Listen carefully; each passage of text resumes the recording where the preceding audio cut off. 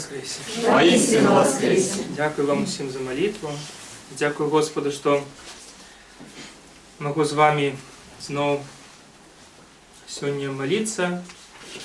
Отець Олексій поїхав на інше свято, у інший храм, у інший город, на хіратонію свого знайомого. Тому попросив мене сьогодні з вами бути, молитися з вами. І я вельми вдячний вам, вдячний Богу, що ми разом сьогодні змогли прославити Божие воскресіння. І несколько слов хочу сказать про сегодняшнее Евангелие. Мы сегодня читали с вами Евангелие поводле Матфея, 9 главу, верши с 1 по 8. В принципе, эта история вам знакомая, и достатково уже вы ее шмат разів чули, читали про то, як до Ісуса, який був у той час у Капернаумі. Капернаум – це город, який став основним центром його діяльності у Галілеї. Бо большую частку своего служения Иисус провел у полночной части того, что мы сегодня называем землей Израиля, ці, як сказано в Євангелії, у Галілеї. І ось Капернаум – це був той город, куди він завсюди повертався після того, як він виходив у некі далекі місії. Ті він йшов на південь, у Юдею, у Єрусалим, але кожен раз він вертався у Капернаум. Цей город він вибрав у якості свого основного для життя і для своєї діяльності. І ось, будучи у Капернаумі і кажучи черговий раз тим людям, які зібралися у Єгонім домі, про Царство Боже, яке приходить, відбулася подія, про неякі деталі, подробності, які Матфей нам не повідомляє, але ці деталі і подробязності ми ведемо з інших Євангелій, тому що і Євангеліст Марк, і Євангеліст Лука, вони всі розказують цю історію, як Матфей. Тільки кожен з євангелістів з різними подробязностями і з різними акцентами. Ось з Марка, з Євангелія від Марка ми ведаємо, що у той час, коли Ісус казав, черговий раз розмовляв з людьми, раптом нехто почав розбирати дах над головою і опустили чоловіка, який не мог рухатися. У грецькому тексті він названий паралізованим. Ми не знаємо, яка причина була цього параліча, чому він не мог рухатися. Можливо, це був інсульт, який паралізував частку усього його тіла. Чи може це була ніяка інша причина, але факт у тим, що чоловік сам не мог рухатися. Ось люди, які несли Ісуса, несли цього чоловіка, вони не змогли пройти в дом. И один выход был, это подняться на дах дома, а у Израиля в тот час, как вы уже напевно ведаете, дома были с такими плоскими дахами, с ровными, туда можно было подняться сходами, и, разобравши дах, можно было опустить человека вниз. Настолько люди были упевнены, что Христос, что Ісус може допомогти їм, що були готові ось на такі дивні і, може, не зовсім пригожий такий учинок, да, розібрати дах чужого дому. Не зовсім пригожий. Я думаю, що кожного з нас були почування не самі радісні. А ось люди, не соромившись, вони знали, що Ісус може допомогти їм. Вони ще не ведали, хто це був. І мало хто ведав, кто такий Ісус. Тільки ведали, що він з Назарету, що його батько був тесляром, плотником. Вони ведали його братов, сестру, але хто він, чому він каже те, що він каже, чому він робить те, що він робить, ніхто ще не ведав і не розумів. І ось відбувається такий епізод, який, може, часом не зрозуміли для нас, чим його сутність. Ісус каже чоловіку паралізованому: «Устань, твої гріхи пробачені тобі». І одразу ж ті, хто стояв побач з ним, сирот людей тых былі і кніжнікі, то бок людзі, якія вучылі закону Божьему, якія тлумачылі закон Божий людзям, яны пачынаюць між сабой перашэпвацца. Зноў-такі пра гэта кажа Марк. Матфей нічога не кажа, што людзі пачынаюць размаўляць паміж сабой. Яны кажуць, што Ісус блюзнерыць, па-руску богохульствует. Чаму яны так кажуць? Таму што улада прабачаць грахі была толькі ў Бога. Толькі ў Бога. І ніхто не мог і не меў права прысвойваць сабе вось гэтую уладу прабачаць грахі. Тут Ісус свядома кажа: я прабачаю табе грахі. Ён нават не кажа фразу «Бог табе прабачае», ці «я малю Бога, каб ён прабачыў табе грахі», а «я прабачаю табе грахі». І можа мы зараз не адчуваем вось той радыкальнасці гэтых словаў, якую чулі тыя, хто знаходзіўся побач з ім. Але гэтыя словы былі менавіта выклікам. Гэта былі радыкальныя словы, якія сапраўды гучалі як блюзнерства, як богохульства.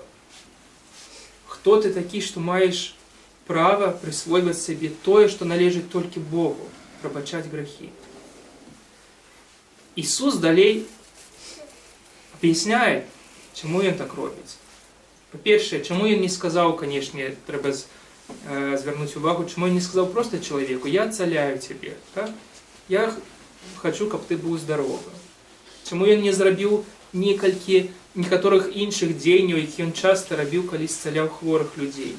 Напрыклад, калі чалавек быў глухі, ці сляпы, ён мог дакрануцца да чалавека, ці ўзяць зямлю, прыкласці зямлю нейкую. А ён нават не дакранаецца да чалавека, нават не кажа: я хачу зцаліць цябе, проста кажа: я прабачаю табе твае грахі. Всё. Чаму ён кажа не пра хваробу, а кажа адразу пра грахі? Таму што паводле старажытна-ізраільскіх, старажытна-юдэйскіх уяўленняў, і гэтыя уяўленні, у прынцыпе, яны захаваліся ў нас, у нашай з вамі хрысціянскай традыцыі, грэх і хвароба звязаныя між сабой. Не заўсёды гэтая сувязь прямая, як часта мы думаем, так? Што вось, напрыклад, нешта са мной адбываецца, і мы думаем, вось, напрыклад, я захварэў, і я думаю, ну вось гэта таму, што я там сказаў кепскае слово дрэннае, ці я там некага пакрыўдзіў. На жаль, не заўсёды такая прамая сувязь прасочваецца паміж нашым дзеяннем і нашымі хваробамі. Часам гэтая сувязь паміж грахом і хваробай больш глыбокая. І хвароба гэта толькі адно з праяўленняў таго глыбокага захворвання, якое апанавала ўвесь свет, якое апанавала кожнага чалавека. І хвароба гэта толькі адно з праяўленняў таго, што мы называем грахом, таго, што мы называем разорванай сувяззю паміж чалавекам і Богам. Толькі наступства той разорванай сувязі паміж мной і Богам, паміж чалавецтвам у цэлым, паміж светам у цэлым і нашым творцам. І таму Ісус, ён не збіраецца лічыць сімптомы, нейкую асобную хваробу. Ён лечыць адразу першую прычыну, галоўную, асноўную прычыну — грэх, падчасць чалавека. Таму ён кажа: прабачаюцца табе грахі твае. Але той урывак, які мы сёння чыталі, ён нават не пра ўзаемасувязь хваробы і граха. Ён не пра чарговае цуда, якое Ісус здзейсніў у гэтым свеце. Асноўны сэнс таго урыўка з Евангелія паводле Матфея, які мы сёння чыталі, гэта адказ на пытанне: хто такі Ісус? Хто такі Ісус? Адкуль ён мае тую уладу, якую ён праяўляе ў сваіх словах і ў сваіх учынках? Хто даў яму права казаць так, як ён казаў? Хто даў яму права казаць: прабачаюцца табе грахі твае? І тыя кніжнікі, якія стаялі побач яго, якія былі здзіўлены ягонымі словамі, ягоным учынкам, і яны якраз і задаюцца гэтым пытаннем, дзе крыніца той улады, якую мае Ісус. Крыніца той улады сам Бог, Отец. Ісус той, каго Отец паслаў, каб зцаліць гэты свет, каб сказаць, што Царство Божие наблизилось да людзей, што Царство Божие прыйшло ў гэты свет. І зцаленне хворых людзей гэта толькі адно з праяўленняў таго Царства Божие, якое набліжалася да людзей і якое поўнасцю раскрылася, ці, скажем, пачало раскрывацца пасля Воскресення Христовага. Памятаеце, аднойчы вучні Іоанна Хрысціцеля спыталі Ісуса: наш настаўнік паслаў, каб спытаць себе, ці ты той, каго нам чакаць, ці ты той, каго мы чакаем, ці ты ёсць Месія. Ісус не сказаў прямо: так, я Месія, ці я Господ. Што ён сказаў? Скажите, што хромые пачынаюць хадзіць, глухие пачынаюць чуць, сляпые бачыць. І ўсё, што ён сказаў. Чаму ён так сказаў? Таму што вось гэтая фраза «хромые ходзяць, сляпые бачаць, глухие чуюць» — гэтая фраза з кнігі прарока Ісаі. З таго месца, дзе Ісая прадказвае наступленне Царства Божага. І калі Ісус кажа, што паглядзіце, што я раблю, паглядзіце, што адбываецца, паглядзіце, што тыя, хто не мог рухацца, яны зноў рухаюцца, тыя, хто не бачыў, можа бачыць, хто не чуў, можа чуць, то вы, якія добра ведаеце Пісанне, павінны былі б адразу зразумець, што Царства Божие ўжо набліжаецца. Успомніце Ісаю, кажа ён. Што казаў Ісая? Што гэта прызнакі таго, што Царства Божие набліжаецца. Праз каго? Праз мяне. Чаму? Таму што Бог Отец даў мне сілу зцаляць, даў мне сілу змяняць гэты свет. Я, кажа Ісус, усіх вас заклікаю для таго, каб змяніць гэты свет. Я заклікаю цябе, Пётр, я заклікаю цябе, Павел, я заклікаю цябе, Матфей, я заклікаю кожнага з вас, хто стаіць тут, змяняць гэты свет разам з Богом, разам з Ісусом. Рабіць Царства Божие рэальнасцю, не проста нейкай ідэяй прыгожай, пра якую мы кажам у проповедях, ці чытаем у кнігах, а рабіць Царства Божие рэальнасцю нашага жыцця. Гэта тое, для чаго мы пакліканы Богом. Гэта тое, што Ісус пачаў рабіць, калі Ён быў на зямлі. У зцаленнях хворых людзей, у сумесных абедах, які Ён рабіў разам з грэшнікамі, з тымі, каго людзі таго часу лічылі маргіналамі, адбросамі грамадства. А ў наступным урыўку, пасля нашага сённяшняга, Мацвей якраз і кажа, што Ісус паклікаў усіх мытароў, грэшнікаў, і разам з імі еў і піў. І гэта быў таксама прызнак таго, што Царства Божие набліжаецца, бо Бог дае царство, якое прымае ўсіх людзей. Всіх, каго, перш за ўсё тых, каго тут мы лічылі і лічым маргіналамі. Менавіта для іх Бог адкрывае першымі дзверы свайго царства.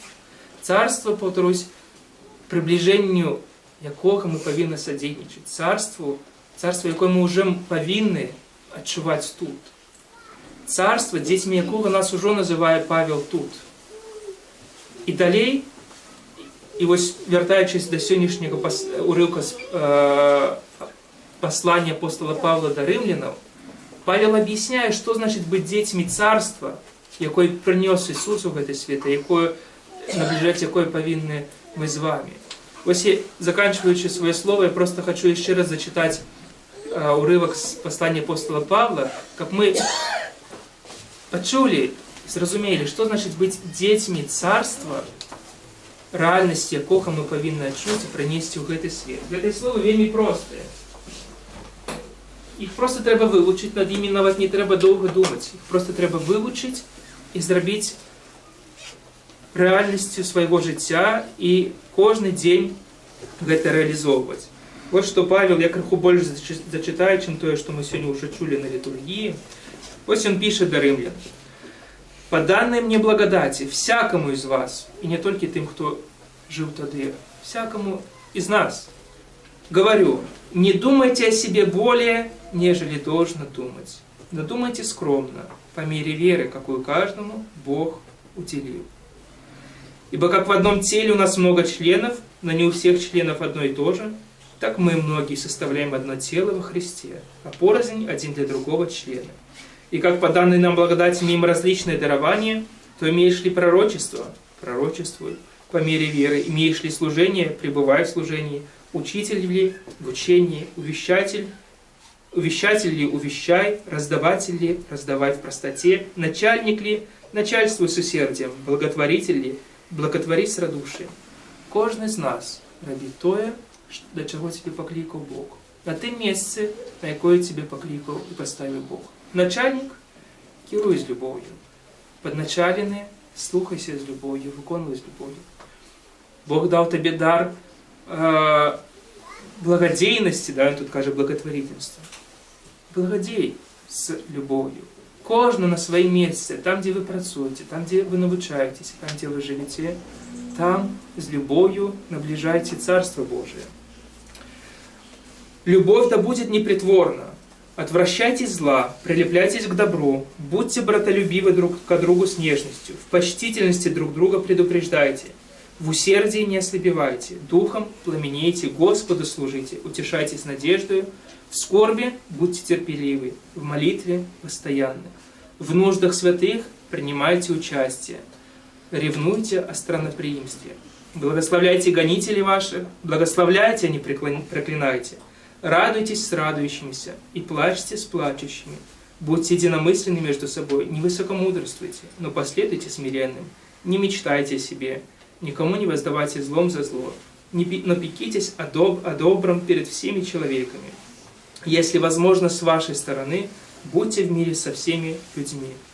Не мстите за себя, возлюбленные, но дайте место гневу Божию, ибо написано: «Мне отмщение я воздам, говорит Господь». Итак, если враг твой голоден, накорми его, если жаждет, напой его, ибо делая сие, ты собирающему на голову горящие уголья. Не будь побежден злом, но побеждай зло добром. Вот что значит быть учнем и чадом Царствия Божия. Вот список. Да, можно брать и каждый день проверять. Так, ось гэта у меня есть, гэта я зрабіў ці не. И не треба думать, а яким же мне быть христианином, что значит быть христианином. Все просто. Христианин это прежде всего не той, кто думает, а той, кто денничает.